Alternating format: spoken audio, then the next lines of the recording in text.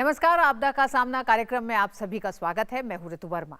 देश में मौजूदा मानसून का ये दौर जहां कृषि के लिए वरदान है, तो वहीं ज्यादा बारिश और अन्य कई कारण भूस्खलन की समस्या भी साथ लेकर आती हैं।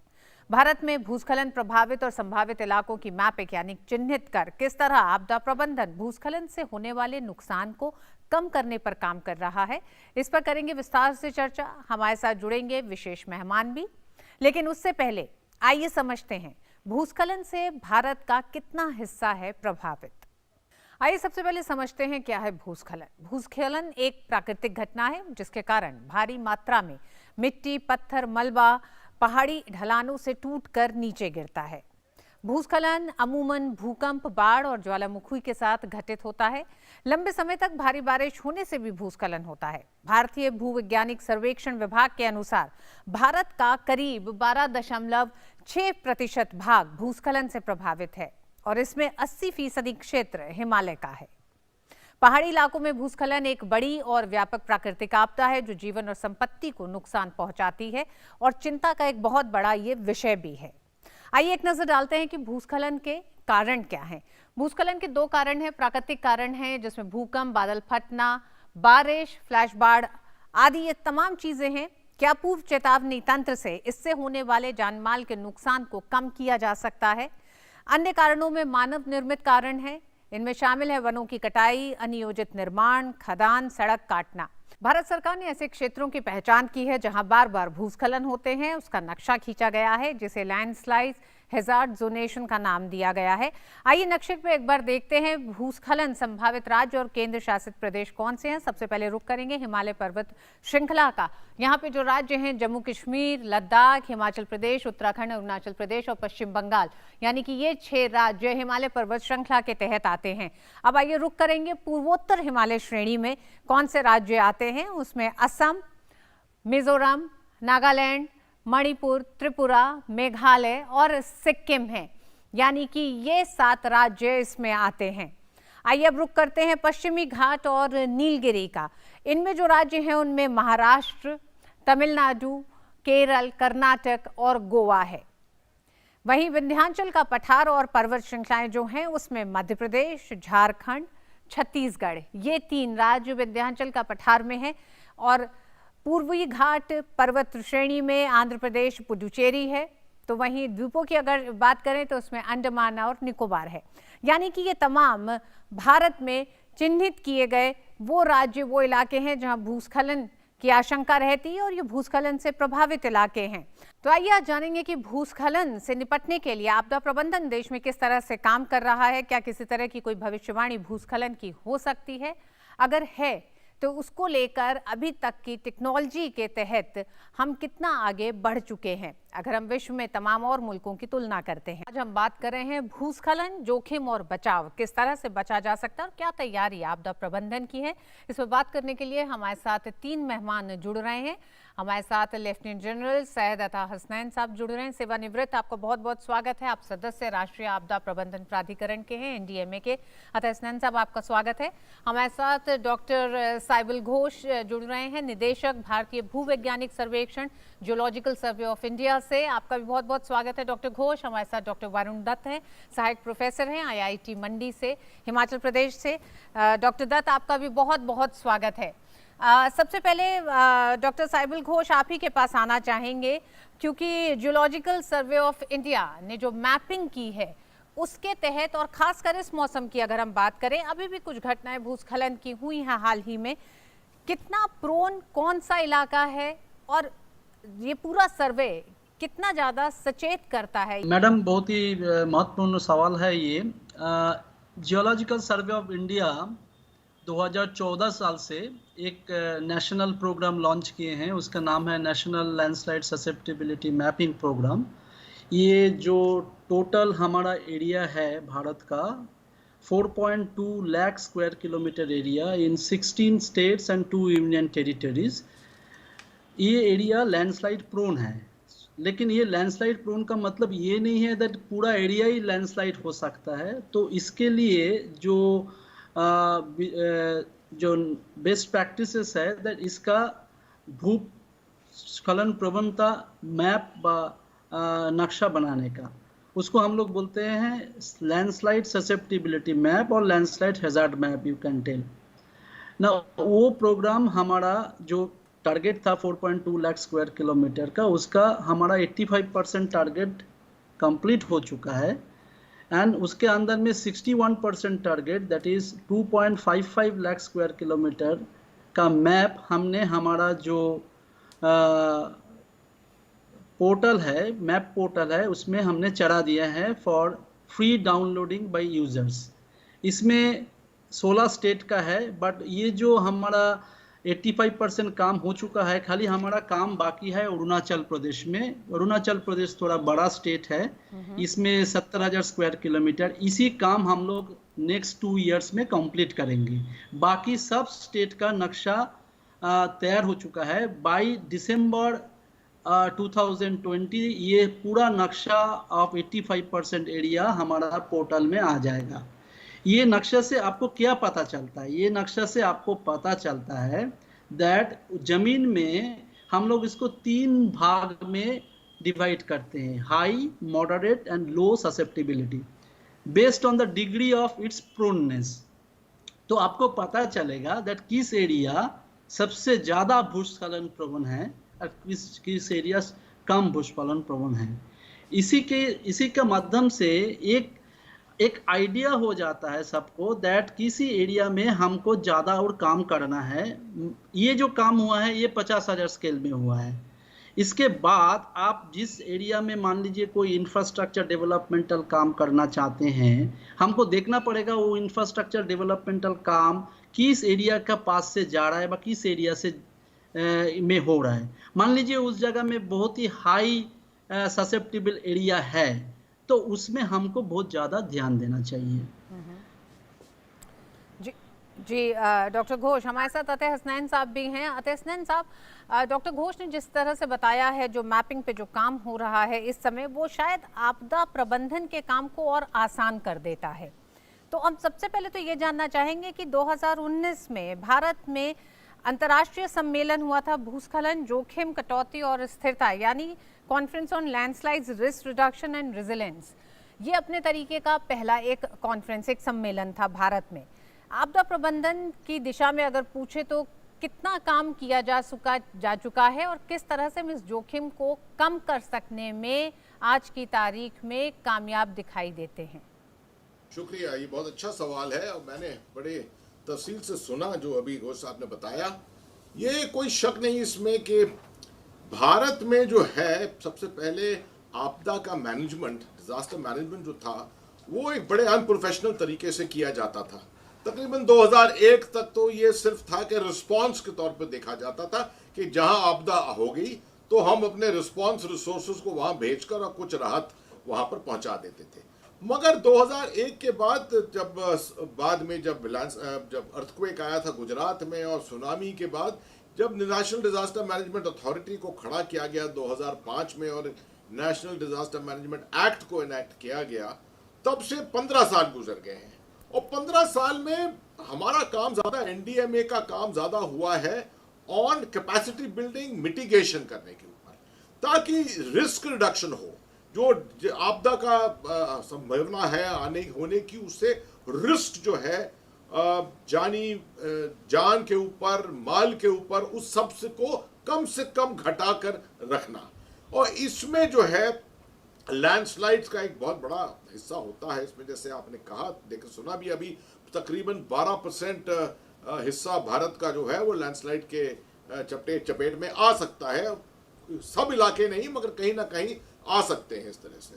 तो हमारे ये 15 साल में तजुर्बा ये हुआ है कि जितने हैजर्ड हैं, इसके अलावा अर्थक्वेक के हैं और सुनामी का है या फ्लड्स का है, इन सब में इससे पहले कि वो आपदा आए, हमारी कोशिश अब यह है कि आपदा के बारे में अर्ली वार्निंग देना, टेक्नोलॉजिकल मीन से, अब पूरी अर्ली वार्निंग देना, पहले मैपिंग करना, जिस तरह से अभी इसकी मैपिंग की गई है लैंडस्लाइड्स की, और उसके बाद प्रिडिक्शन करना और खबर पहुंचाना जहां पर पहुंचाना है, ताकि लोगों को इसके बारे में वार्निंग दी जाए समय पर।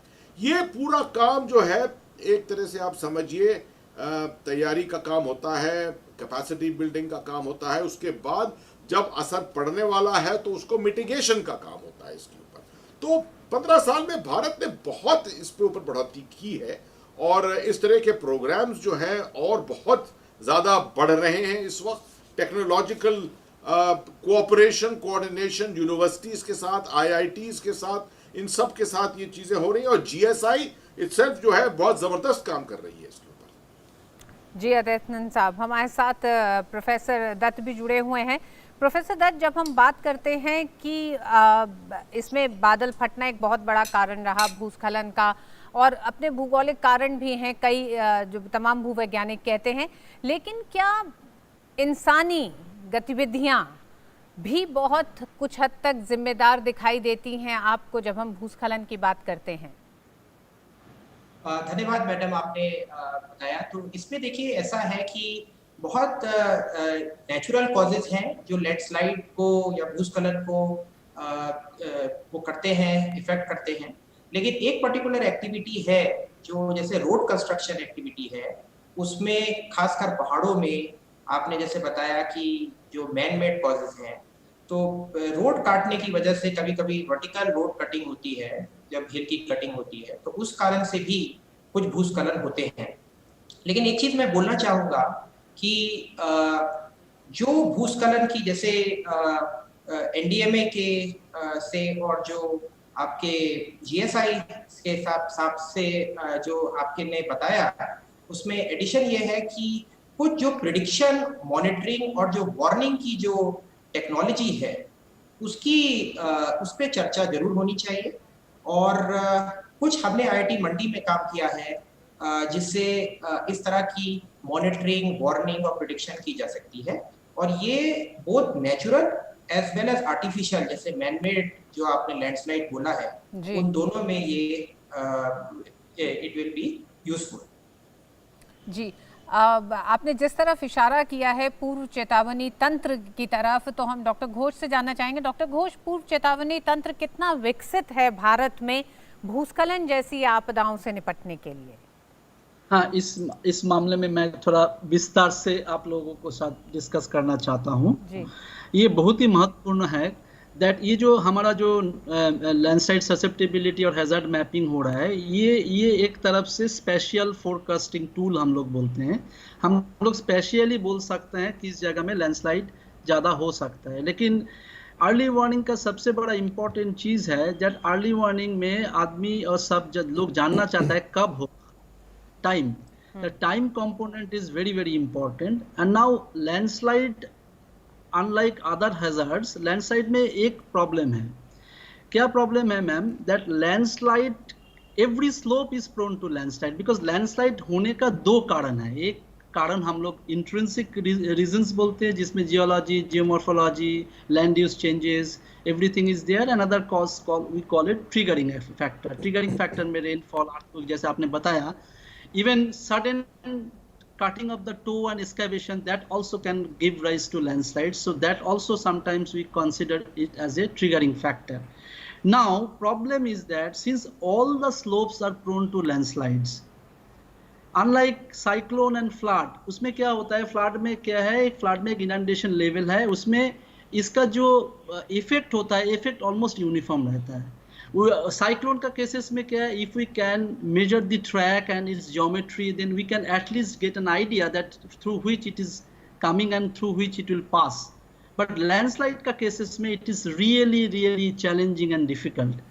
बट लैंडस्लाइड में अर्ली वार्निंग में सक्सेस कुछ हुआ है सिंगल लैंडस्लाइड केसेस में। शायद भाट साहब वही बोलना चाहते थे, बिकॉज दोस केसेस में थियोरिटिकली एक स्लोप को आप मॉनिटर करके, इंस्ट्रूमेंटल मॉनिटरिंग करके आप उसका अर्ली वार्निंग कर सकते हैं। लेकिन उसमें क्या प्रॉब्लम है, हमने जो मैप किया है, इस मैप में हमारा only 61% डेटा अपलोडेड है, and you will not believe that in that map we have shown 52,146 landslides. And also out of them 25,184 landslides have been field validated. Now you can imagine that there are innumerable number of active landslides in India. So predicting or arranging early warning for each landslide is extremely cost intensive project. So GSI ने क्या शुरू किया after discussing with NDMA, SDMA and state government, हम लोग एक regional landslide early warning का कोशिश कर रहे हैं 2017 से। 2017 में हम लोग एक इंटरनेशनल प्रोजेक्ट के जरिए, एक यूरोप का प्रोजेक्ट है, बिकॉज 2-3 कंट्री इस मामले में बहुत अच्छा काम किया है, इटली, यूके हम ये माने कि भारत अब अर्ली वार्निंग देने में सफल है, और कितने घंटे पहले हम ये कर सकते हैं? मैं बोल रहा हूँ, मुझको और थोड़ा एक मिनट 2 मिनट दे दीजिए, मैं बोल रहा हूँ। वो जो प्रोजेक्ट हम लोग कर रहे हैं, वो प्रोजेक्ट हम लोग काफ़ी एडवांस स्टेज में चला गया है, एंड अभी हम लोगों का 2 जगह में वो एक्सपेरिमेंटल स्टेज में चल रहा है। Experimental stage is very important and it cannot be shortened, because हम लोग अभी landslide forecast bulletin, daily landslide forecast bulletin for 2 range के लिए, एक short range that is for 48 hours and for medium range दे रहा है दार्जिलिंग एंड नीलगिरी के। दार्जिलिंग में शुरू हो गया 1 जुलाई से, नीलगिरी में हम लोग 27 तारीख से शुरू करने जा रहे हैं। तो हम 2-3 मॉनसून इसको देखना चाहते हैं, that how our model is actually working. इसका मतलब पूर्व चेतावनी तंत्र जब तक पूरी तरह विकसित हो भारत में, तब तक हमें बहुत ज्यादा ध्यान देने की जरूरत है कि भूस्खलन, यानी भूस्खलन जो हो रहा है उसमें इंसानी गतिविधियों से ये भूस्खलन न बढ़े, उसको लेकर डॉक्टर दत्त आपके पास आना चाहेंगे।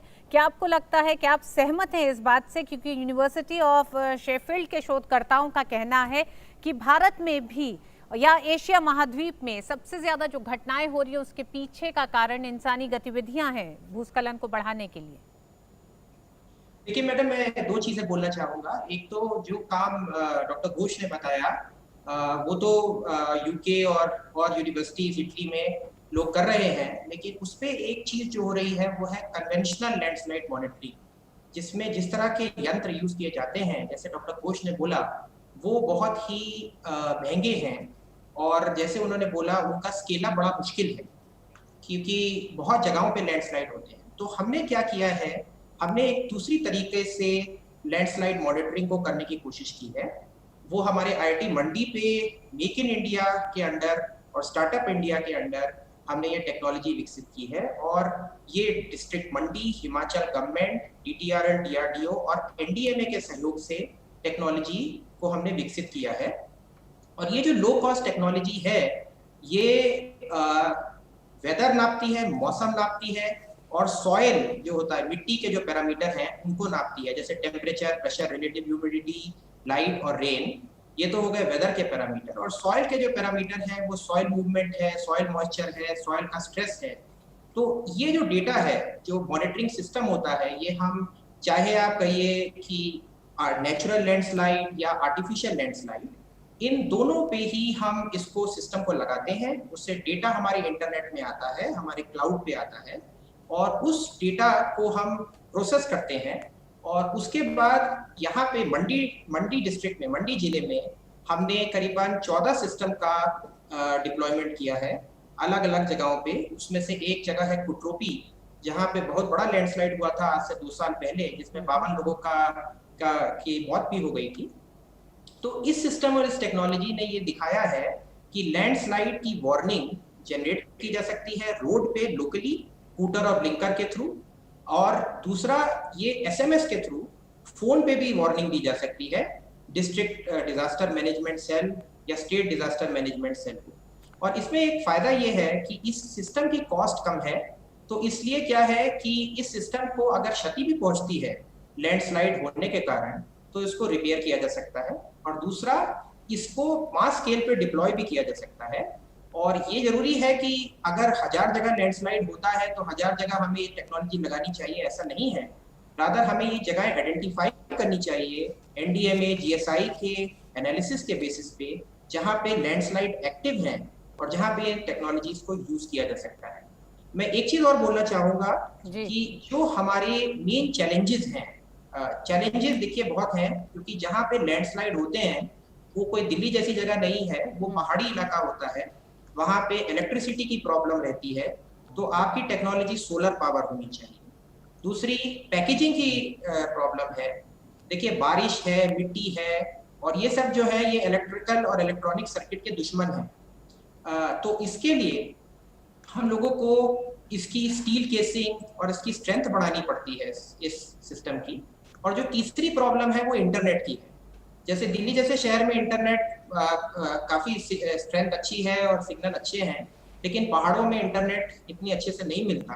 तो उसके लिए जिस तरह से हम सर्विसेज को यूज करें, जो कंपनियां इंटरनेट प्रोवाइड करती हैं, टेलीकॉम कंपनियां, उनसे टाई अप करें, जिससे हम बोथ लोकल जहाँ पे ये सिस्टम लगाया गया है वहां पे वार्निंग दे सकें, और इसके अलावा बिल्कुल डॉक्टर दत्त, ये एक ऐसी आपदा है कि जब आप उसके बचाव की तरफ बढ़ते हैं तो वो समस्याएं और बड़ी दिखाई देती हैं, चुनौतियां और बड़ी हो जाती हैं कुछ इलाके की वजह से। और ये जो आपदा जिस तरह की अपने साथ जिन समस्याओं को लेके आती है, लेकिन सुनने में ये बहुत अच्छा लगा कि मेक इन इंडिया जो टेक्नोलॉजी के तहत हम इतने कामयाब हुए हैं कि मंडी में जिस तरह से आपने बताया कि तमाम वो एक तरह से वो यंत्र लगाए गए हैं जो अर्ली वार्निंग दे रही है, और उसका फायदा भी आने वाले समय में बहुत ज़्यादा होगा। अतः स्नैन साहब, इन दोनों ही बातों से जो डॉक्टर घोष ने बताया कि एक लंबा समय लगेगा, उनकी अभी रिसर्च चल रही है, उसमें काफ़ी हद तक वो लोग कामयाब रहे हैं, लेकिन आईआईटी मंडी से जो प्रोफेसर दत्त हैं उन्होंने जो बताया कि किस तरह से अर्ली वार्निंग हो सकती है, वो आपके काम को और ज़्यादा आसान करती है। आपके लिए किस तरह की चुनौतियाँ सामने आती हैं?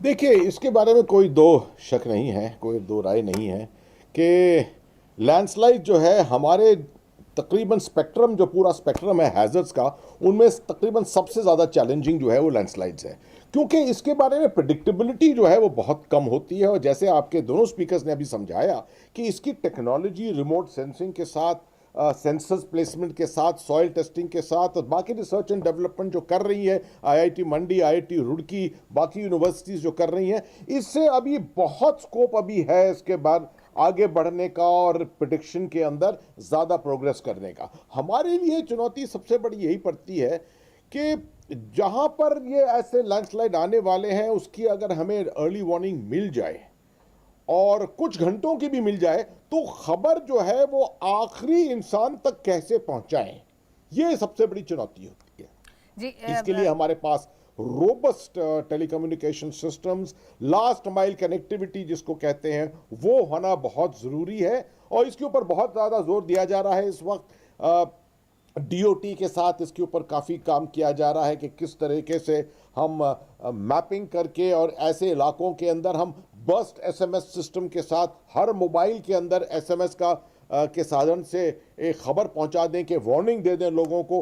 और इससे और भी ज़्यादा महत्व रखता है कि लोगों की समझ को बढ़ाने के लिए आमतौर पे ऐसी वो वार्निंग जो होती है, लोग जो हैं उसको बिलीव नहीं करते, उस पर एतबार नहीं करते। लोग समझते हैं ये टेक्नोलॉजी ऐसे ही है और इसके बारे में कोई कुछ खास ऐसी खासियत नहीं है। तो लोगों के अंदर अवेयरनेस बढ़ाना, इंफॉर्मेशन देना, उनको एजुकेट करना, कम्युनिकेट करना, ये हमारी बहुत बड़ी चुनौती बन जाती है। प्राइम मिनिस्टर नरेंद्र मोदी जी ने एक 10 पॉइंट का प्रोग्राम बनाया है। 2016 में इसको अनाउंसमेंट किया गया था डिजास्टर मैनेजमेंट के बारे में। इसके अंदर ज़्यादातर पॉइंट देखें तो आप technology, local information, local best practices के ऊपर बहुत ज़्यादा एम्फेसिस दिया हुआ है। और ख़ास तौर पे ये जो मेक इन इंडिया की बात हम कर रहे थे कि कैसे इन टेक्नोलॉजीज़ को हम अपने नेटवर्क्स के थ्रू, अपनी ही आईआईटीज़ और अपनी यूनिवर्सिटीज़ के थ्रू इस टेक्नोलॉजी को कैसे बढ़ाया जाए, जीएसआई के साथ कैसे लिंक किया जाए, ये सब काम एनडीएमए का होता है कि कैसे पॉलिसीज़ को, किस तरह से टेक्नोलॉजी को बढ़ाना, किस तरह से कम्युनिकेशन को बढ़ाना, और जब एक दफ़े वार्निंग मिल जाए उसके बाद किस तरीके से कम्युनिकेट करके और राहत पहुंचाना, एनडीआरएफ को साथ में रखना, एनडीआरएफ से रिस्पॉन्स करना, पूरा रिस्पॉन्स सिस्टम बनाना, इसके अंदर बेहद चुनौतियां होती हैं। मैं समझता हूं कि ये एक ऐसा इलाका है लैंडस्लाइड्स का ख़ास तौर पे, जिसके ऊपर हमें बहुत ज़्यादा और अहमियत इसको देकर और फोकस करना पड़ेगा। डॉक्टर दत्त, हमें 2013 केदारनाथ में जो घटना हुई वो बार बार ये भी याद दिलाती है कि क्या हमारा अर्ली वार्निंग सिस्टम उतना दुरुस्त नहीं था, क्या अर्ली वार्निंग सिस्टम के ज़रिए जो सूचनाएं दी गई उस पर लोगों ने काम नहीं करा, या फिर जो इंसानी गतिविधियां, यानी कि जो लगातार निर्माण हो रहे हैं, किसी इलाके के अर्बनाइजेशन पे जिस तरह से काम करे, खासकर पहाड़ी इलाकों को, तो उस पर अब ध्यान देने की ज़रूरत है। बिल्कुल मैडम, आपने सही बोला है। इसमें देखिए एक चीज है कि जो कन्वेंशनल लैंडस्लाइड मॉनिटरिंग टेक्निक्स हैं और जो फिजिकल मॉडल्स हैं वो अभी तक यूज किए जा रहे थे, लेकिन अभी फिलहाल लास्ट 3 साल में मशीन लर्निंग और जो आर्टिफिशियल इंटेलिजेंस का जो रूप चला है, उस कारण से हम लोगों ने इस सिस्टम की कॉस्ट कम करने की कोशिश की है। और दूसरा, एआई और एमएल, जो आर्टिफिशियल इंटेलिजेंस और मशीन लर्निंग जिसको कहते हैं डेटा साइंस, उसका योग करके, उसका उपयोग करके हमने प्रिडिक्शंस और वार्निंग को भी जनरेट करने की कोशिश की है। और इसमें देखिए एक फायदा ये है कि ये जो डेटा साइंस है और ये जो अप्रोच है, ये डेटा सेंट्रिक है। ये फिजिक्स के प्रिंसिपल्स के तहत ये कंस्ट्रेंट नहीं है। तो इसका मतलब ये है कि अगर कोई कोरिलेशन है, जैसे बारिश होना, उसके बाद उसके 2 घंटे बाद कोई भूस्खलन या लैंडस्लाइड होना, तो ये चीजें जो रिलेशनशिप्स हैं, ये टेक्नोलॉजी पकड़ लेती है। अब इसमें जरूरत क्या है? जरूरत ये है कि हमारे केंद्र सरकार, हमारे प्रदेश की सरकारें, इन जहां जहां लैंडस्लाइड होते हैं, जिन जिन जगहों पे लैंडस्लाइड होते हैं, नॉर्थ ईस्ट में, नॉर्थ में, हिमाचल में, वेस्टर्न घाट्स में और माउंटेन्स में, वहां पे इस टेक्नोलॉजी को यूज करें। उसके साथ मैं एक चीज और कहूंगा कि जो सैटेलाइट बेस्ड मेथड है, जिसकी डॉक्टर घोष और डॉक्टर अता भी बात कर रहे थे, उसको हम इस टेक्नोलॉजी के कंजंक्शन में यूज कर सकते हैं। देखिए सैटेलाइट बहुत अच्छी चीज है क्योंकि वो रीजनल स्केल पे देख सकता है और उसका एरिया ज्यादा जी बिल्कुल। देख सकता है। तमाम लेकिन एक चीज केंद्र की उसमें है कि एजेंसियां और उसका राज्य की एजेंसियां, साथ ही साथ आईआईटी मंडी ने जिस तरह से जो प्रयोग करे हैं, जो यंत्र एक तरह से विकसित करे हैं, जो अर्ली वार्निंग दे रहे हैं भूस्खलन से जुड़ी घटनाओं की, मौसम के बदलने की, संभावनाओं, आशंकाओं की, वो सबसे पहले हमें ये बताता है कि किस तरह से अब इस पे काम करना आसान है उन एजेंसीज के लिए जो भूस्खलन से होने वाले नुकसान को कम करने की दिशा में लगातार काम करनी है, और उसमें एनडीएमए की एक बड़ी भूमिका है। बहुत बहुत शुक्रिया आप तीनों ही मेहमानों का हमारे साथ जुड़ने के लिए। जनरल एसएन आपका भी, और डॉक्टर दत्त आपका, डॉक्टर घोष आपका भी कलकत्ता से हमारे साथ जुड़ने के लिए इस कार्यक्रम में, और लोगों को ये जानकारियां देने के लिए कि उनके लिए भी बहुत ज़्यादा ज़रूरी है जब उन्हें इस तरह के भूस्खलन या मौसम के बदलने की कोई अर्ली वार्निंग या फिर चेतावनी मिलती है तो उस पे आगे किस तरह से काम किया जाए। तमाम उन दिशा निर्देशों का पालन करना और क्या करना है, क्या नहीं करना है, लगातार एनडीएमए आपको बताता है, उस पर काम करने की ज़रूरत है। इस कार्यक्रम में बस इतना ही। मुझे दीजिए इजाज़त। नमस्कार।